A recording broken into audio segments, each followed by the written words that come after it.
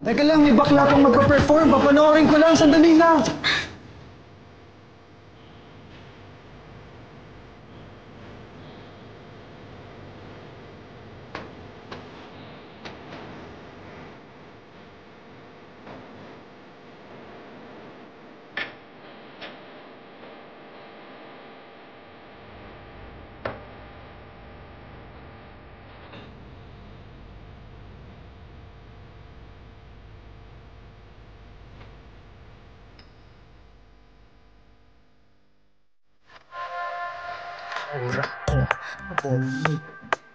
Kapotis ng ulo nyo lagot. Yes, ang ingan mo.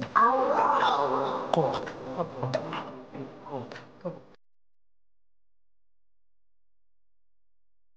Aura ko, kapag make up ko, kapag ng ulo nyo lagot. Harot, sabog.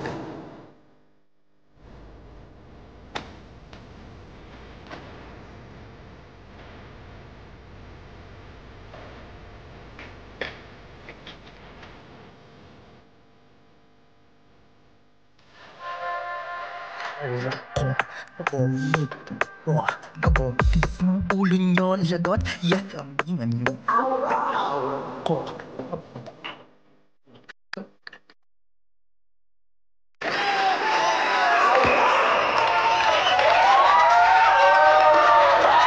Kuya?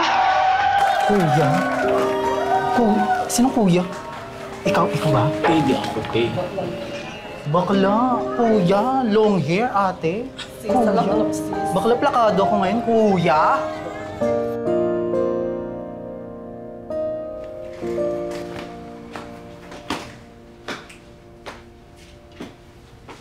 Sa'yo to? Obvious ba? Bakit? Bakit? Trabaho ko to. Teka, para sa pera nagbabakla-baklaan ka? Bakla ako. Trans, to be specific. Transgender? So babae ka na? Oo. Yun na. Dati pa. Ito na yung nararamdaman ko. At hindi na to magbabago.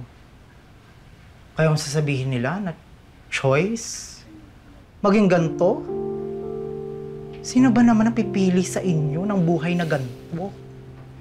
Sino bang gustong makutya, mabugbog, mabastos, mapatay, para lang makapagpahaba ng buhok o kaya magsuot ng bestida?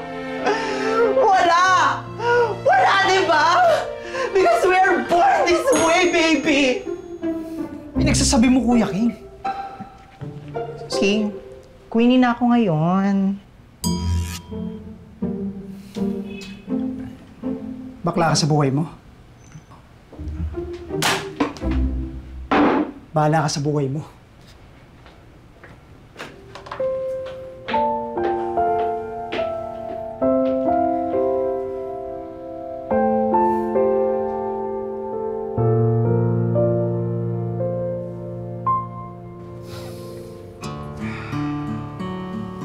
Oh, sabihin mo sa akin pag may nang bully pa sa'yo, ah.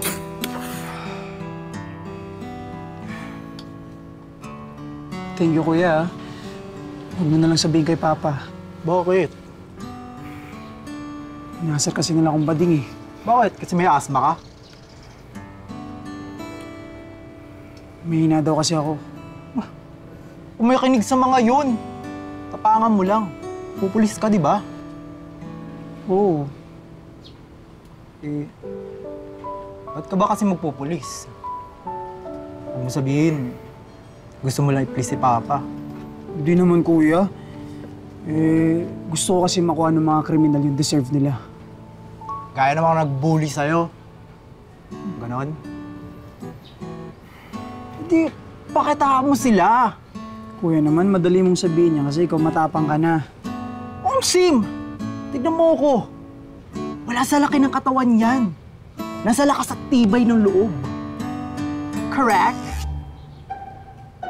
'Di ba?